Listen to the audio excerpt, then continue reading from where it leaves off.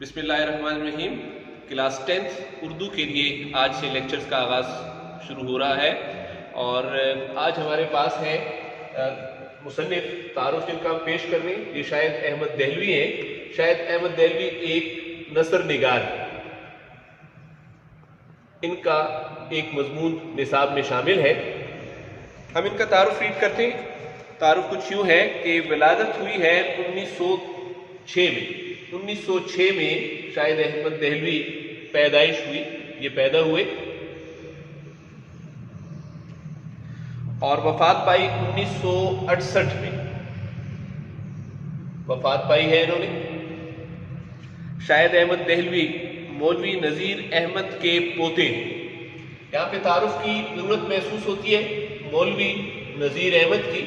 ہم جانتے ہیں کہ یہ ایک ناول نگار ہے۔ مولوی نذیر احمد کے بیٹے کا نام ہے مولوی بشیر الدین۔ ان کے بیٹے کا نام مولوی بشیر الدین ہے، اور مولوی بشیر الدین کے ہاں اولاد پیدا ہوئی شاہد احمد دہلوی۔ اب اس رشتے سے ہم دیکھ سکتے ہیں کہ یہ آپس میں باپ بیٹا ہے۔ یہ دو حضرات آپس میں باپ بیٹا ہے۔ مولوی نذیر احمد اور شاہد احمد دہلوی کا تعلق دادا اور پوتا کا ہے۔ ایک دفعہ پھر جملہ ریڈ کرتا ہوں۔ شاہد احمد دہلوی مولوی نذیر احمد کے پوتے اور مولوی بشیر الدین کے بیٹے تھے۔ انہوں نے یعنی شاہد احمد دہلوی نے ابتدائی تعلیم حیدرآباد سے حاصل کی۔ ہندوستان کا شہر ہے حیدرآباد، یہاں سے ابتدائی تعلیم حاصل کی۔ اسکول کی تعلیم جو ہے، ابتدائی تعلیم وہ حاصل کی۔ دہلی یونیورسٹی سے فارسی میں ایم اے کیا۔ فارسی ایک مضمون زبان کا نام ہے، لیکن اس زبان میں ایم اے کیا دہلی یونیورسٹی سے۔ عزیز طلبہ، ایم سی کیوز کے لیے ان چیزوں کو مد نظر رکھا کریں۔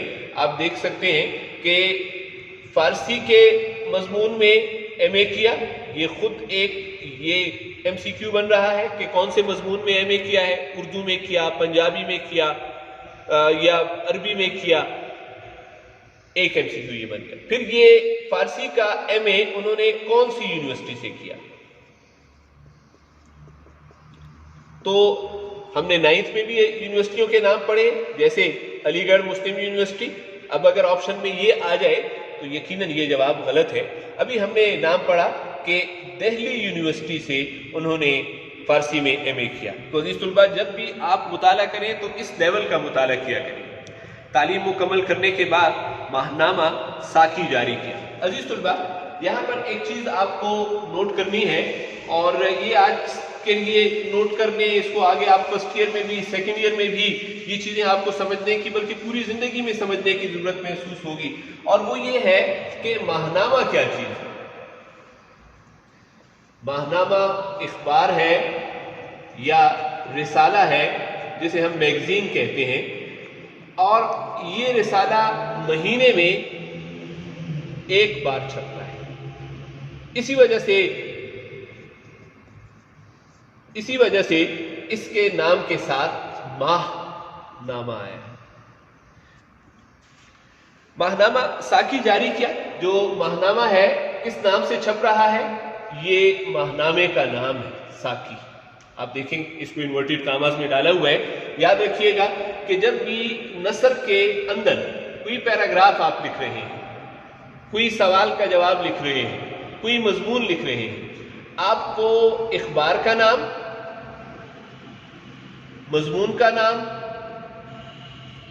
رسالے کا نام، کتاب کا نام لکھنا پڑ رہا ہے۔ تو اردو میں آپ اس کو انورٹڈ کاماز یا واوین میں لکھیں گے۔ جس طرح آپ دیکھ سکتے ہیں کہ ساکی کے اطراف میں آپ کو واوین مل رہے ہیں۔ ساکی جاری کیا، اور اسی نام سے ایک بک ڈپو بھی قائم کیا۔ ایم سی کیو کو نوٹ کریں آپ دیکھ سکتے ہیں کس نام سے شاہد احمد دہلوی نے ایک بک ڈپو قائم کیا، کتابیں جاری کرنے کا ادارہ۔ تو اس کا جواب ساکی ہے۔ یہاں پر اگر سرسری مطالعہ کرنے والے بچے سمجھتے ہیں کہ ساکی شاید صرف ماہنامہ کا نام ہے، ساکی کا نام ایک دفعہ ماہنامہ کے لیے یہاں پر استعمال ہوا اور ساکی کا نام دوسری دفعہ یہاں پر بک ٹپو کے لیے استعمال ہوئے. عزیز طلباء اس کو یاد رکھیں. اس رسالے نے بے شمار نئے لکھنے والوں کو متعارف کرایا، یعنی نئے لکھنے والوں کو متعارف کرانا، سامنے لے کر آنا، ان کا تعارف کروانا، ان کے مضامین کو شائع کرنا، ان کی حوصلہ افزائی کرنا، یہ ہے متعارف کرانا. اور ان کی حوصلہ افزائی کی آپ دیکھیں، حوصلہ افزائی کو سمجھیں عزیز طلباء. حوصلہ افزائی کیا ہے؟ حوصلہ افزائی حوصلہ بڑھانا ہے. اب یہاں پر یہ حوصلہ بڑھانا متن کے مطابق ہے. متن کا مطلب یعنی اس اقتباس میں، اس تحریر میں اس کے کیا معنی ہیں. اب ہم نے دیکھنا ہے کہ حوصلہ افزائی کن کی جا رہی ہے. رسالے کا نام ہے ساکی. اس میں نئے لکھنے والے ہیں. نئے لکھنے والے لوگوں کو لکھنے کا حوصلہ دینا، ان کو بتانا کہ آپ لکھ سکتے ہیں، ان کو رہنمائی کرنا، ان کی رہنمائی کرنا، ان کی حوصلہ افزائی کرنا. قیام پاکستان کے بعد پاکستان چلے آئے. عزیز طلباء کیا کوئی بتا سکتا ہے کہ قیام پاکستان کب ہوا؟ آسان سادہ سوال ہے کہ قیام پاکستان کب ہوا؟ 1947. 14 اگست 1947 کا ذکر ہے. جب پاکستان بنا تو اس سن کو قیام پاکستان کا نام دیا جاتا ہے. قیام پاکستان کے بعد پاکستان چلے آئے اور کراچی سے اپنا رسالہ جاری کیا. اب وہ رسالہ جو ساکی تھا، اس کے بعد وہ قیام پاکستان یعنی جب 1947 ہوا تو وہ کراچی آ گئے. اور چونکہ ان کا پیشہ یا ان کا شعبہ صحافت ہی تھا، اس کو صحافت کہتے ہیں، یعنی اخبار یا رسائل میں تحریر کرنا، تو انہوں نے اپنا پھر جو رسالہ ہے وہ یہاں جاری کیا. وہ ادبی تحریکوں اور انجمنوں میں بڑھ چڑھ کر حصہ لیتے تھے. یہاں پر اب جس چیز کا ذکر ہو رہا ہے وہ ادبی تحریک کا ہے اور ادبی انجمن کا ہے. ادبی تحریک اور انجمن کیا ہے؟ ادیبوں کا، شاعروں کا ایک پلیٹ فارم پر اکٹھے ہو جاتے. ادیب اور شاعر جب کسی ایک پلیٹ فارم پر اکٹھے ہو جاتے ہیں تو اس کو ادبی تحریک یا ادبی انجمن کا نام دیا جاتا ہے. اس میں بڑھ چڑھ کر حصہ لیتے تھے. انہوں نے انجمن ادبی جرائد پاکستان بنائی. اب دیکھیں اس میں شرکت کی، ان کی ایک خود بنائی ہوئی ایک انجمن ہے. اور وہ انجمن کیا ہے؟ دیکھیں ابھی میں نے آپ کو پہلے بتایا تھا کہ انورٹڈ کاماز میں نام لکھنے ہیں، تو اب یہ انجمن کا نام ہے انجمن ادبی جرائد پاکستان. جرائد کا مطلب ہے میگزین، رسالہ، یعنی جتنے بھی ادبی رسالے چھپتے ہیں ان کے تمام لکھنے والے لوگوں کو اکٹھا کر کے ایک تنظیم بنا لی. اس تنظیم کا نام رکھا گیا انجمن ادبی جرائد پاکستان.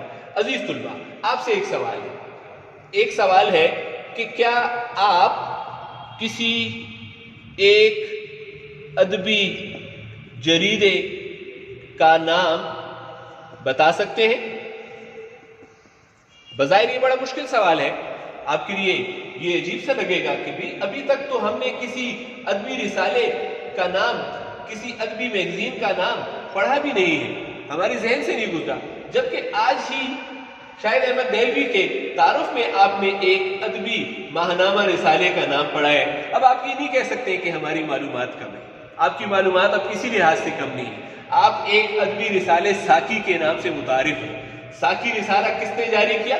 ساکی رسالہ شاہد احمد دہلوی نے جاری کیا. آپ کی معلومات کتنی بڑھ چکی ہیں، یہ باتیں آپ کو معلوم تھی. شاہد احمد دہلوی نے رسالہ ساکی جاری کیا. مزید آگے پڑھتے ہیں.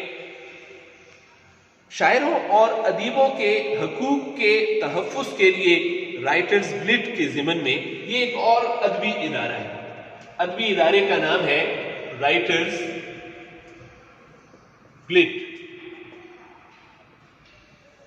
اب اس ادبی تنظیم کا کام کیا ہے؟ آپ اگر اپنا جملہ جو ابھی ہم اس وقت پڑھ رہے ہیں اس کو دوبارہ ریڈ کریں، دوبارہ اس کو ریڈ کریں آپ، تو آپ کو معلوم ہو جائے گا کہ اس تنظیم کا کام کیا ہے۔ میں دوبارہ پڑھتا ہوں، آپ دیکھیں ذرا غور کیجئے گا۔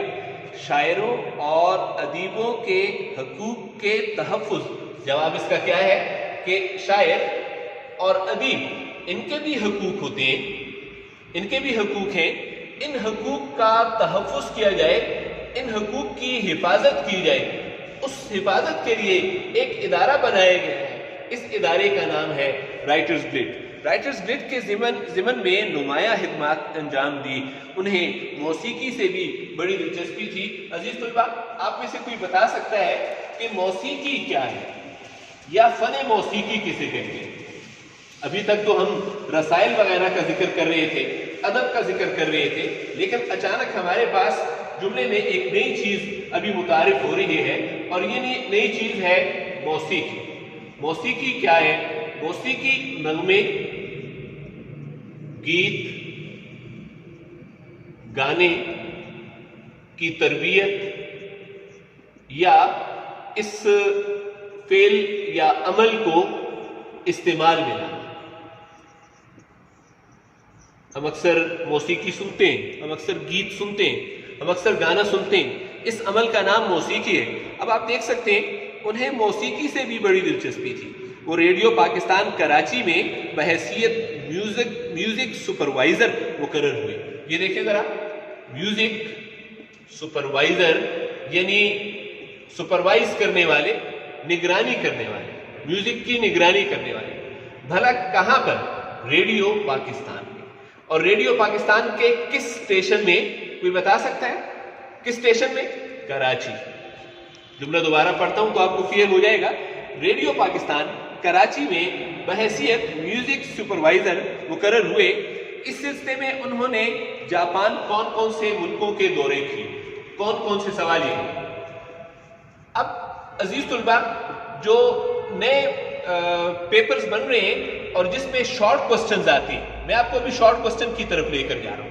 کہیں کہیں میں آپ کو ایم سی کیوز پہ گائیڈ کر رہا تھا، لیکن اس جگہ میں آپ کو شارٹ کوسچن پہ گائیڈ کر رہا ہوں، اور وہ شارٹ کوسچن میں یہ بتا رہا ہوں کہ صرف ایکسرسائزز کے شارٹ کوسچنز پر نہ جائیے، آپ کو اپنے لیے خود شارٹ کوسچن تیار کرنے ہیں۔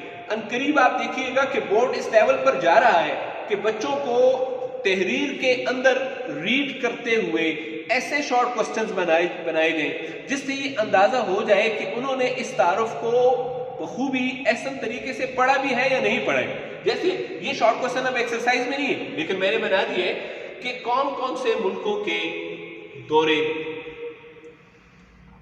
موسیقی کے ضمن میں کیے۔ عزیز طلباء، یہ سوال بن گیا، اور اس سوال کا جواب واضح ہے۔ آپ دیکھیں کون کون سے ملکوں کے دورے کیے انہوں نے؟ Japan, Thailand. اب کتنا آسان جواب ہے اس کا، لیکن چونکہ ہم تو اکثر کیا کرتے ہیں، ہم اکثر صرف اور صرف کیا کرتے ہیں، ہم ان ایکسرسائزز یاد کرتے ہیں، ہم ایکسرسائزز یاد کرتے ہیں۔ تو آپ دیکھ سکتے ہیں ایکسرسائز میں کسی اس قسم کا کوئی سوال موجود نہیں ہے کہ کون کون سے ملکوں کے دورے کیے ہیں۔ ہم کیا کرتے ہیں، صرف اس ایکسرسائز کو یاد کر لیتے ہیں۔ ایکسرسائز کو یاد کرنے کی وجہ سے ہم یہ جو تحریر ہے یہاں پر جو لکھی ہوئی ہے اس کو نظر انداز کر دیتے ہیں۔ اب نئے پیپر اس طرح کے بننے جا رہے ہیں کہ اس کے اندر سے سوال بنیں گے تاکہ بچوں کو اس ریڈنگ کی طرف لایا جا سکے۔ تو اس کی تیاری کے لیے میں آپ کو موقع فراہم کر رہا ہوں۔ فلپائن، ہانگ کانگ، ان ممالک کے دورے بھلا کس غرض سے کیے؟ ان ممالک کے دورے انہوں نے موسیقی کے ضمن میں کیے، دورے بھی کیے جہاں انہوں نے پاکستانی موسیقی پر لیکچر دیے۔ پاکستانی موسیقی بھی ایک رچ موسیقی ہے، ایک قدیم اس کی روایت اور قدیم تاریخ چلی آ رہی ہے، اور اس کے بہت سارے بڑے گلوکار، بڑے نام فن موسیقی سے تعلق رکھنے والے موسیقار ہیں، جو غزل گاتے ہیں، جو ٹھمری گاتے ہیں، جو نغمے اور گیت گاتے ہیں۔ فلمی موسیقی ہے اور اس کے علاوہ علاقائی موسیقی ہے۔ ان تمام پر لیکچر دینے کے لیے جاپان، تھائی لینڈ، فلپائن اور ہانگ کانگ کے دورے کرنے والے آدمی کا نام ہے شاہد احمد دہلوی۔ 15 منٹ ہو گئے۔ شاہد احمد دہلوی ایک ذی علم آدمی تھے، ذی علم، ذی علم، علم والے۔ علم والے آدمی تھے. وہ دراصل نذیر احمد اور بشیر الدین کی روایت کے امین رہے. بھلا آپ بتائیں نذیر احمد کون ہے یہاں؟ متن کے مطابق دادا ہیں. دادا ہے کس کے؟ شاہد احمد دہلوی کے. اور بشیر الدین کون ہے؟ بشیر الدین کون ہے؟ بشیر الدین شاہد احمد دہلوی کے والد ہیں. کس کے؟ شاہد احمد دہلوی کے والد ہیں. ان کی روایات کے امین رہے. ان دونوں کی روایات کیا ہیں؟ ان دونوں کی روایات ہیں علم اور ادب. علم اور ادب کے امین ہونے کا کیا مطلب ہے؟ ان روایات کے امین ہونا آگے لے کر جانے والا، ترقی دینے والے. یہ ترقی دینے والے ہیں. اپنے والد صاحب اور اپنے دادا سے جو علم ان کو منتقل ہوا ہے اس کو آگے لے کر گئے ہیں. انہیں دہلی کی ٹکسالی زبان، دہلی کی ٹکسالی زبان، مقامی زبان، گلی محلے میں بولی جانے والی زبان، ٹکسالی زبان پر مکمل عبور حاصل تھا. ان کی تصانیف، تحریریں، ان کی کتابیں، ان کی کتابوں کی تعداد 50 کے قریب ہے. ان کے بعض مقالات، مضامین نے دہلی مرحوم کو زندہ جاوید کر دیا. بھلا دہلی مرحوم کیا ہے؟ دہلی مرحوم کو انورٹڈ کاماز میں لکھتی ہے. اس سے ثابت ہوا کہ یہ کسی رسالے کا نام ہے. خود اس انورٹڈ کاماز نے اس کو ثابت کر دیا کہ یہ کسی رسالے کا نام ہے، کسی کتاب کا نام ہے، کسی مضمون کا نام ہے.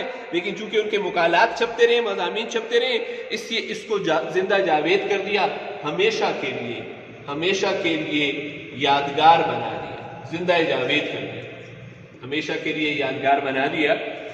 اپنے رسالے کے بعض خصوصی شماروں کے ذریعے اردو ادب کی ترویج آگے پھیلانے میں بھرپور حصہ لیا. ان کی وفات، شاہد احمد دہلوی کی وفات کراچی میں ہوئی. ہم نے یہاں پر زیادہ تر سندھ یہی جو جگہ ہے وہ یہی پڑھی ہے. کراچی میں چونکہ وہ 1947 کے بعد منتقل ہو گئے تھے، کراچی میں ہی فوت ہوئے اور وہیں دفن ہوئے. تصانیف ہیں دلی کی بپتا، گنجینہ گوہر، سرگزشت عروس، اندھی گلی، دھان کا گیت اور پاکستانی موسیقی. عزیز طلباء، شاہد احمد دہلوی کا تعارف ہم نے پڑھ لیا. ان کا مضمون جو نصاب میں شامل ہے، مضمون کا نام ہے مولوی عبدالحق. انشاءاللہ اگلے لیکچر میں اس کے بارے میں آپ کو بتایا جائے گا. والسلام، بہت شکریہ.